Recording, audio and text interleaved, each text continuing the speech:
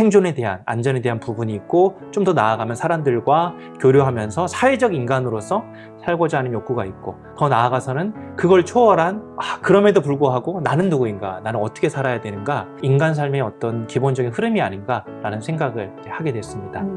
그래서 우리가 관조적인 삶, 내가 누구이고 어떻게 살아야 하는가를 알기 위해서는 철학이 굉장히 큰 도움이 된다. 내가 왜 철학을 알아야 하지? 라는 생각을 지금 잠깐 해봤어요. 예. 그랬더니 내가 철학이라는 말 자체에 오해를 갖고 있었던 건 아닌가? 라는 생각이 드는 거예요. 철학했을 때는 어려운 말들, 어려운 이야기들, 저기 뜬구름 잡는 이야기, 나랑은 상관없는 이야기라고 생각을 하고 있던 건 아닐까?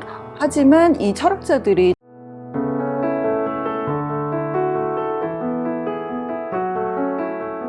주제가 이제 철학인데요. 철학을 왜 공부해야 되느냐. 저는 오래전부터 좀 동양 철학을 좀 좋아했었고, 근래에 이 3분 철학을 만나면서 서양 철학에 대해서 좀 관심을 좀 갖기 시작했습니다.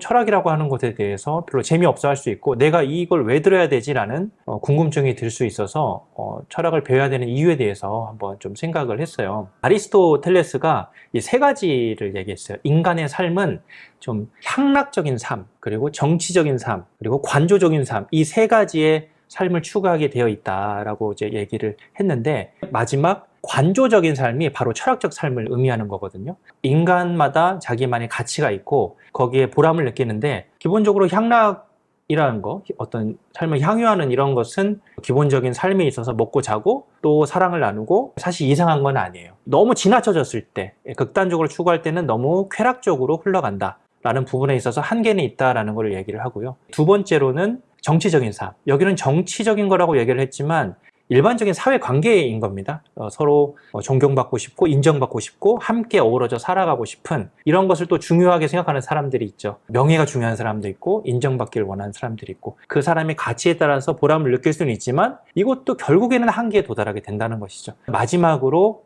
관조적인 삶을 얘기를 하는데요. 자기의 삶을 성찰하고 그리고 이 세상이 돌아가는 것도 가만히 이렇게 바라볼 수 있는 삶. 철학을 배워야 되는 이유를 아리스토텔레스의 말을 통해서 좀 확인을 하게 됐고요. 메슬로우가 있잖아요. 근데 메슬로우의 욕구 5단계에서도 이거를 대응해서 설명이 되더라고요. 이제 그 첫 번째가 생존의 욕구, 두 번째가 안전의 욕구인데, 이 1, 2단계가 바로 향락의 삶. 이거와 좀 상응이 좀 되는 것 같고, 그 다음에 소속의 욕구랑 그다음에 존경의 욕구, 이게 이제 3, 4단계, 메슬로우의 3, 4단계에 해당하는 것이 바로 정치적 이거와 이제 연결이 되고, 마지막으로 다섯 번째가 이제 자아실현 욕구인데요. 그것이 바로 아리스토텔레스가 얘기한 관조의 삶과 상응하는 이런 부분.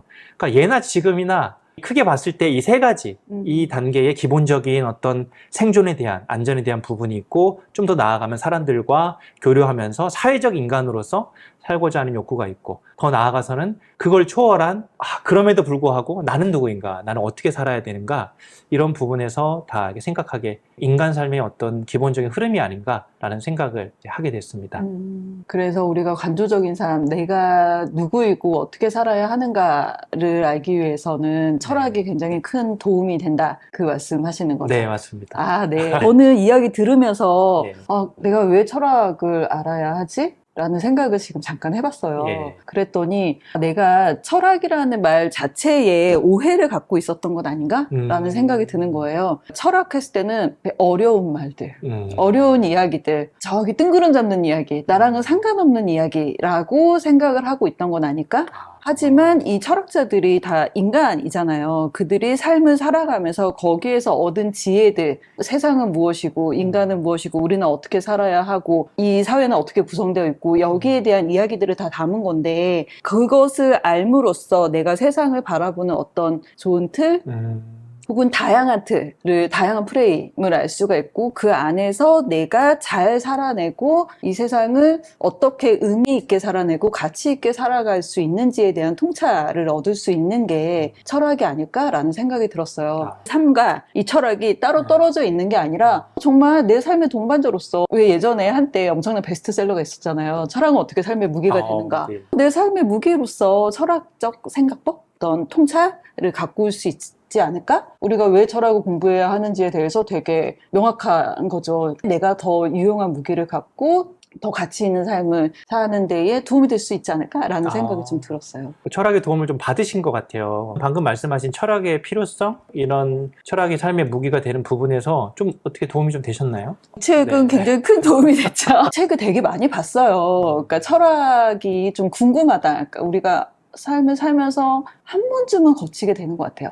철학이 뭐지? 네. 도대체 뭐길래 내 생각은 어떻게 돌아가고 있는 거지? 세상은 어떻게 연결되어 있지? 어떤 식으로 구조가 짜여져 있지? 라고 한 번쯤은 궁금해하지 않을까 싶은데 네. 뭐 다양한 방법이 있죠. 그냥 스스로 고민하고 계속 본질을 탐구하고 방법이 있는가 하면 굉장히 좋은 선생님, 좋은 강사님을 찾아서 막 이제 강의를 듣고 사사받고 공부하고 이런 방법도 있고요. 네. 현실적으로 쉽지 않잖아요. 아, 그렇죠, 네, 우리가 가장 접하기 쉬운 게 철학 책인 것 같아요. 아, 옛날에 그 위대한 철학자들은 어떻게 생각을 했고 무엇을 어떻게 탐구했고 거기에 대해서 어떻게 결론을 내렸고 그것을 통해서 내 삶에서 어떻게 적용할 수 있고 이거를 좀 찾아보는 게 되게 유용한데 제 책을 되게 많이 봤거든요. 너무 어려워요. 어렵죠. 어떠셨어요? 많이 보셨어요? 늘 어려운 것 같아요. 동양 철학 쪽에 관심이 있어서 또 인도 철학 이런 책들 보면 이제 원전이라 그러죠. 산스크리트어 또 빨리어 한자로 문화권에서 한자로 번역되고 이렇게 이것 자체도 어렵지만 이걸 한글로 번역한 그 글 자체도 어렵고 그러다 보니까 늘 볼 때마다 어려운 것 같아요. 그래서 직접 원전을 보는 게 철학의 힘을 기르는 가장 좋은 방법이라고는 하는데 이제 언어가 가진 어떤 한계 어려움 때문에 누군가 해석한 거 또는 쉽게 풀어준 거를 보는데 또 어려운 게 철학 같더라고요. 맞아요. 네. 저도 그게 너무 어려웠던 게 처음에는 원전을 막 봤어요. 그러니까 소크라테스의 변명 뭐 이런 거 있죠. 니체의 자라투스트라는 이렇게 말했다. 뭐 에티카 막 이런 거를 막 봤어요. 너무 어려운 거예요. 내가 읽고 있는 것이 글자인지 무엇인지 너는 말해라. 나는 딴 생각을 하겠다. 이런 식으로 하게 되니까 이것을 읽는 게 아무런 도움이 안 된다라는 생각이 들더라고요. 그 다음에는 좀 쉽게 푸는 책을 막 봤어요. 가장 유명했던 거는 철학과 굴트 청소부, 네, 소피의 세계 이런 책들을 막 봤거든요. 저는 근데 사실 걔네들도 어려웠어요. 유럽에서는 막 초등학생들이 읽으라고 소피의 세계 이런 거는 초등학교, 중학교에 근데 어쨌든 청소년용이죠. 그렇게 나오는데 그럼에도 불구하고 너무 어렵다. 그리고 나는 이 철학의 계보를 좀 이렇게 잡아줬으면 좋겠다. 이것들이 어떻게 생각을 해서 어떤 맥락으로서 생각이 달라지고 발전되고 계승이 되는지를 좀 궁금하다라는 생각을 했는데 그렇게 잡아주는 쉬운 책이 없어요. 얘가 이제 나온 거죠. 만화로 보는 3분 철학이 나온 거죠. 가장 기본적으로 철학의 개념, 계보 간단하게 알 수 있는 그런 책이다라는 생각이 좀 들어요. 그리고 보시면 아시겠지만 이 앞에부터 되게 명확해요. 경자라는 캐릭터가 딱 저예요. 철학 나는 관심 없는데? 철학 우리가 왜 배워야 돼? 나는 그런 거 별로 신경 안 써. 그런데 이 신사가 나와서 나는 철학 이야기를 들려주는 사람이다. 살다 보면 궁금한 것들이 생기기 마련이고 우리는 왜 존재하고 나는 나로 존재하는 게 뭐고 막 이런 질문들을 막 했을 때 경자 씨는 나 그런 관심 없어요 라고 하면서도 거기에 이제 자꾸 우리 모두가 다 한 번쯤은 궁금해 봤던 한 번쯤은 생각해 봤던 그런 질문들이 담겨있기 때문에 이렇게 빠져들게 되는 거죠. 그러면서 본문이 시작되기 전에 철학에 대한 다양한 분야를 우선 한번 잡아줘요.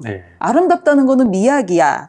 그리고 어제의 나와 오늘의 나와 같은지 나로 존재하는 거는 무엇인지 그거 존재론이야. 우리가 보는 세계는 과연 진짜일까 혹은 매트릭스일까? 이거는 인식론이야. 옳고 그름은 논리학이야. 무엇이 선하고 공정하고 정의로운 건 뭐지? 이거는 윤리학이야. 물질의 근원과 우주의 원리를 탐구하는 학문이 자연 철학이야. 이 모든 것들이 철학이야. 라고 시작을 해요. 그러니까 항상 말로만 들었던 것들을 앞에서 딱 잡아주는구나 라는 거를 그 개념을 딱 잡고서 시작을 하는 거죠. 구성 자체가 저는 너무 영리한 책이다라는 생각이 들었던 게 고대 철학, 중세 철학, 현대 철학 이렇게 세 권의 권으로 나뉘잖아요.